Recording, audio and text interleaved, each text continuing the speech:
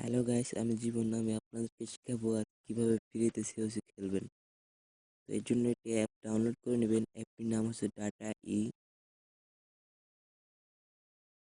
এটিতে প্রবেশ করবেন। ইনস্টল করার পরে এটি প্লে স্টোর থেকে ডাউনলোড করে নেবেন। তো ডাটা অন করবেন। অন করার পরে এরকম দুইটি অপশন আসবে, অন অফ। অন করবেন।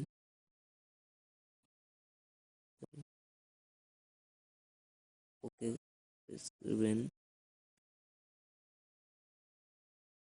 তো এরকম একটা অপশন আসবে, এখানে ক্লিক করে ওপেন করবেন।